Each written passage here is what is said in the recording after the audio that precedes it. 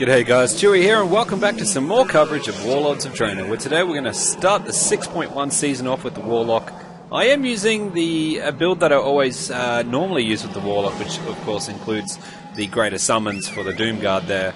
But I have had a bit of feedback about trying the Soulborn build, and more specifically giving it a shot where it's really not about the pet anymore, so using the Grimoire of Sacrifice. That's something I want to try it. I've had a few comments on it now and a couple of messages as well. And, you know, this next series of 4 matches, of course, is going to be on the build I normally use. But I will next week look at doing a bit of coverage and trying out like a different build instead of the same old stuff. But anyway, let's kick into it. So we've gone off with the Beastmaster Affliction Warlock combo and are against 2 Death Knights. So obviously the idea here is to attack the DK with the least health. At this point I'm just trying to get a really good setup.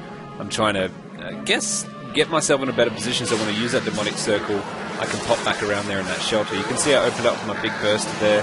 I got the stun in. We had one of them using their nasty ability, so as soon as I can I broke free using the trinket. I popped to safety and used my major healing. At this point it's pretty much keeping myself in a good position where I can sort of use that pole against my opponents and really just focus on the dots. So you can see that they started to switch to the Hunter, so now I'm just applying some curses. I'm trying to fear the second DK just to keep him off there. And at this point, we're pretty much now the main DK over there, which is just dead now, which basically leaves us with this bad boy. And in this present condition, we've pretty much won the match. That was really good. A lot of focus there was pretty much how quick they could damage me, and I managed to survive the onslaught by trinketing and using that Demonic Circle. It's a really important part of playing any sort of team up when you're using a Warlock, is really good spots of your circles, because look how handy is that. I mean, come on. And I've just popped all my little bursts there and all my abilities. The dots are chewing him down. I'm loving the pet here because he's been completely ignored and he's just able to smash him down with some Shadow Bolts I think he uses. And at this point, savor the victory. Alright guys, let's jump into another one. And for our next matchup, it's the Arms Warrior Holy Paladin combo.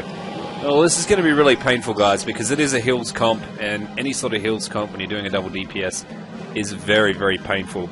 So I guess what we really want to be doing here is 2 things. We can either CC the Holy and by applying fears and of course traps, or we can go absolutely all nuts and CC the Warrior and smash the Pally. So in this instance I think we elected to go for the CC on the Paladin and really just try and melt the Warrior as quick as we can. And you can see here I'm just trying to get into a good position where I can drop in that Demonic Circle. I am casting now to hop back on my mount just to really get myself in a better position. I really want to bait that Warrior around and away from that circle so you can get maximum benefit. The Holy Paladin is coming in on the right flank there, and at this point let's just pop in. So here's the major abilities, a quick stun, and we're going to try smash down this Warrior.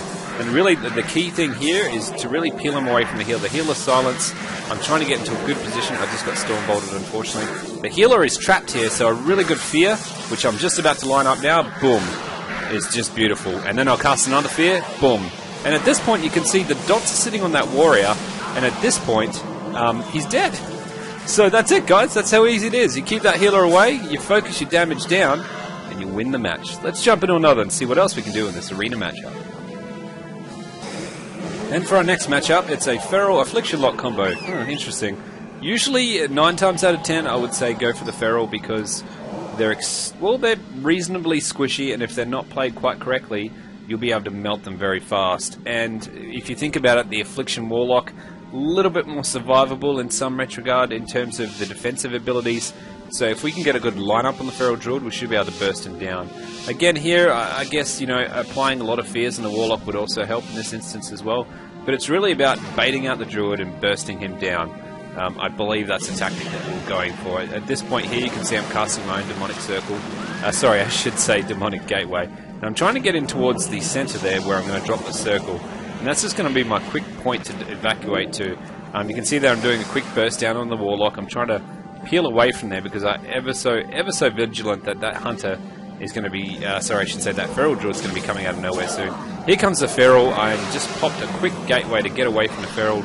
It looks like at this point, because of the late reaction to the Feral, we're trying to melt down the Warlock. And the reason for that is he really didn't pop himself out there. So if we can get maximum damage down on that Warlock, which is pretty much almost dead and at critical, and then by regard, the Feral Druid will be pretty easy to pick off. You can see there he's cast his ultimate ability, so that Druid's going to be coming in quite heavy on me very shortly. So here you can see I popped the Demonic Circle. It was a really good placement because I was able to sort of break contact a bit from the Druid. And at this point, a couple of fears just to disorientate him, to keep him off my Hunter, applying down my dots, and winning the victory match. Let's jump into another one, guys. We're going really well. And for our next matchup, it's the Enhancement Shaman and the Frost DK. You know what? I must say, Enhancement Shamans, they've got some pretty nasty bursting abilities, and it's actually quite an interesting comp to come up against. Yes, there is the God comp, which of course is the Paladin DK comp, but you know what? Enhancement goes pretty damn hard, so at this point, we really want to be taking out the hybrids. So you can see there we're saying we'll CC the DK and focus all of our abilities on the Enhancement Shaman. The reason why the hybrid, we're going to go to focus there, he does have that ability at off-heal, and of course if we went all out in the Frost DK, he could do a couple of, he could have Death Siphon or Death Pact, and either one of those abilities makes him a little bit more survivable with the Enhancement Shaman.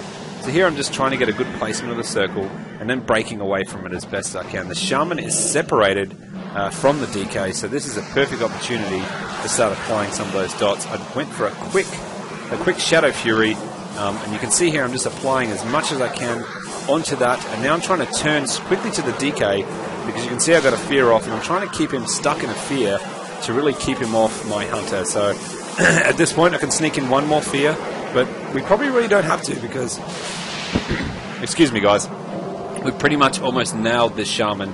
Oh, he's hanging right in there though, he's hanging right in there. High risk playing this play it so far, but oh my god, he's literally just tearing it in there. The Frost DK is just broken off from being aggressive on my Hunter because of the turrets, which has enabled us just to sneak in a quick kill there and pretty much line us up for the victory match. And that's it, guys. I hope you enjoyed the series of videos that we covered. I think we did like 4 matches. They're really fast-paced, they're really fun. It should be very interesting when we break up our normal build that what we're using with the Warlock and we try to go the Haunt way, more specifically with a focus on sacrificing your pet and maximum ability damage just pretty much on the dot. So it's really not about the pet management, it's about defensive abilities and of course increasing the way our dots do damage.